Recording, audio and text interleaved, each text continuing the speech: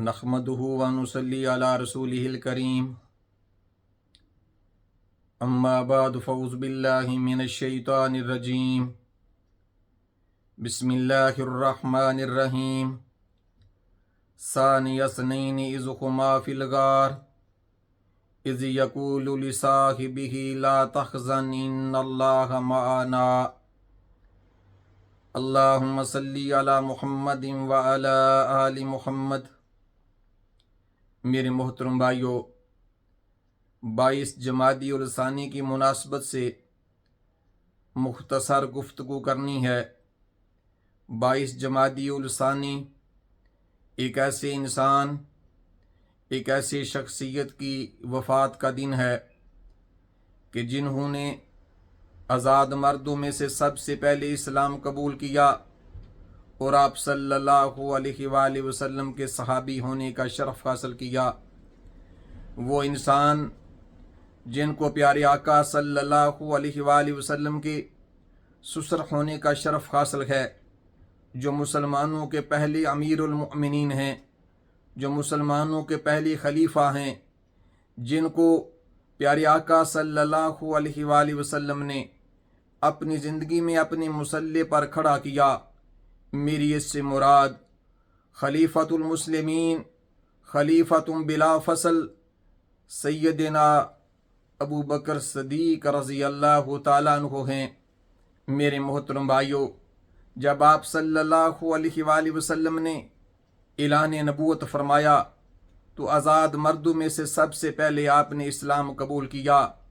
آپ صلی اللہ علیہ وآلہ وسلم نے ارشاد فرمایا کہ اس دنیا میں جس انسان نے جو مجھ پر احسان کیا ہے میں اس کا بدلہ اس دنیا میں دے چلا ہوں، لیکن ابو بکر رضی اللہ تعالیٰ عنہ کے مجھ پر اس قدر احسانات ہیں کہ میں ان کا بدلہ اس دنیا میں نہیں دے سکتا۔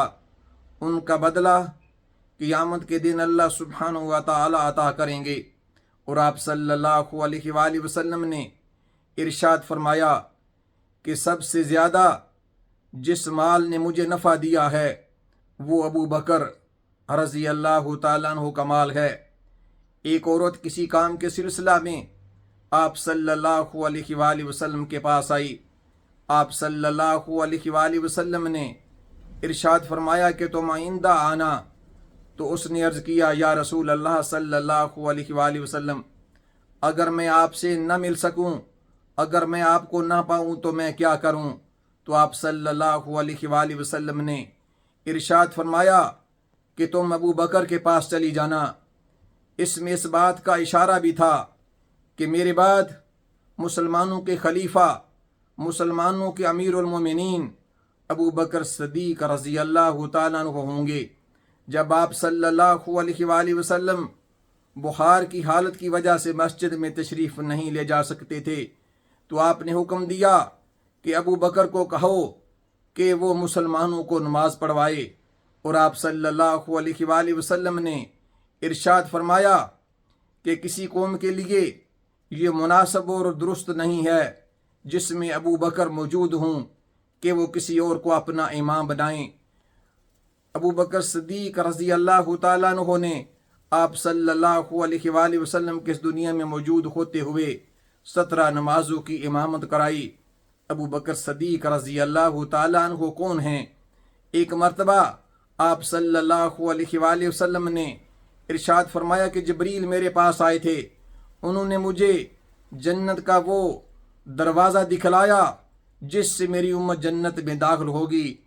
ابو بکر صدیق رضی اللہ تعالیٰ عنہ نے عرض کیا، یا رسول اللہ صلی اللہ علیہ وآلہ وسلم، میرے دل میں یہ آرزو پیدا ہوئی ہے کہ کاش میں بھی آپ کے ساتھ ہوتا تو وہ میں جنت کا دروازہ دیکھ لیتا۔ آپ صلی اللہ علیہ وآلہ وسلم نے ارشاد فرمایا، ابو بکر اول من يدخل الجنت من امتی، تم وہ انسان ہو جو سب سے پہلے جنت میں داخل ہوگے۔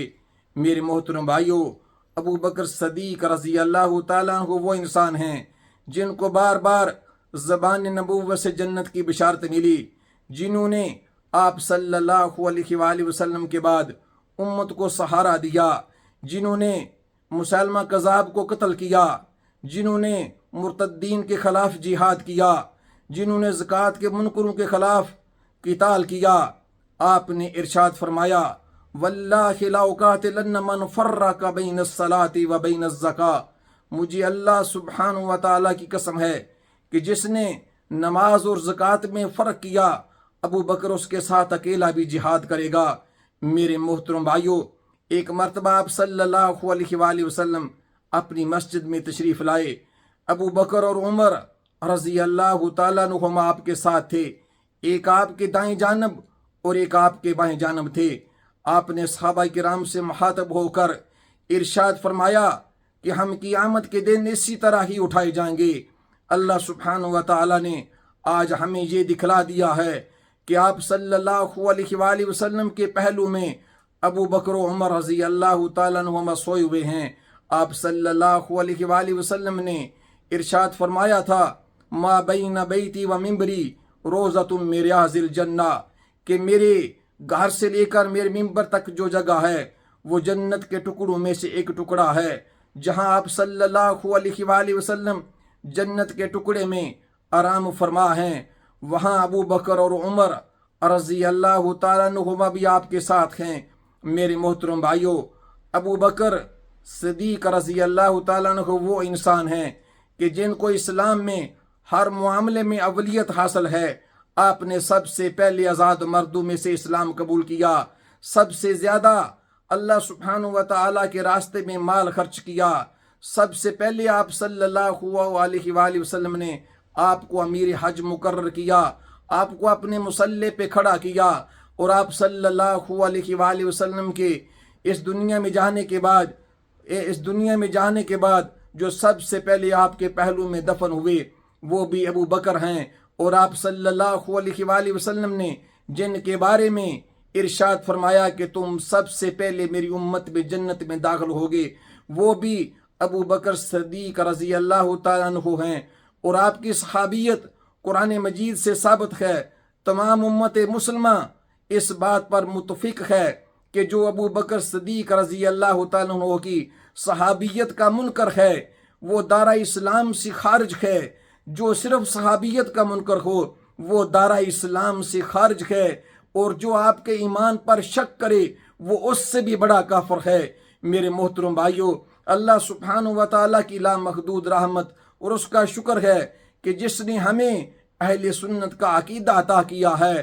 ہم اہل بیت کی محبت کو بھی اپنے ایمان کا حصہ سمجھتے ہیں، اور صحابہ کرام کی محبت کو بھی اپنے ایمان کا حصہ سمجھتے ہیں۔ میرے محترم بھائیو، آپ دیکھیں گے جہاں آپ صلی اللہ علیہ وآلہ وسلم آپ کو نظر آئیں گے وہاں ابو بکر بھی آپ کے ساتھ ہوں گے۔ آپ صلی اللہ علیہ وآلہ وسلم مدینہ میں موجود ہیں، ابو بکر بھی مدینہ میں موجود ہیں۔ غار ثور میں رسول اللہ صلی اللہ علیہ وآلہ وسلم موجود ہیں، ابو بکر بھی آپ کے ساتھ ہیں۔ ہجرت کے سفر میں آپ کے ساتھ ہیں، جنگ بدر میں آپ کے ساتھ ہیں، جنگ خندق میں آپ کے ساتھ ہیں، جنگ تبوک میں آپ کے ساتھ ہیں۔ اور آپ صلی اللہ علیہ وآلہ وسلم جہاں بھی موجود ہوتے تھے وہاں ابو بکر صدیق رضی اللہ تعالیٰ عنہ موجود ہوتے تھے۔ روضہ اقدس میں دیکھ لیجئے، آپ صلی اللہ علیہ وآلہ وسلم کے پہلو میں سوئے ہوئے ہیں۔ انشاءاللہ العزیز اللہ سبحانہ و تعالیٰ کی رحمت سے حوض کوثر پر بھی آپ کے ساتھ ہوں گے، اور جنت میں بھی آپ کے ساتھ ہوں گے۔ وہ سینہ پیٹنے والا، اپنے چہرے پر تماچے مارنے والا، وہ اپنا سینہ جلاتا رہے لیکن وہ ابو بکر کو اور عمر کو رضی اللہ تعالیٰ عنہما رسول اللہ صلی اللہ علیہ وآلہ وسلم سے جدا نہیں کر سکتا۔ وہ اپنے ایمان کا بیڑا غرق کر رہا ہے اور کرتا رہے گا، لیکن ابو بکر و عمر رضی اللہ تعالیٰ عنہما کو رسول اللہ صلی اللہ علیہ وآلہ وسلم سے جدا نہیں کر سکتا۔ اللہ سبحانہ و تعالیٰ مجھے اور آپ کو اہل بیت کی اور صحابہ کرام کی پکی سچی محبت عطا فرمائیں۔ وآخر دعوانا ان الحمد للہ رب العالمین۔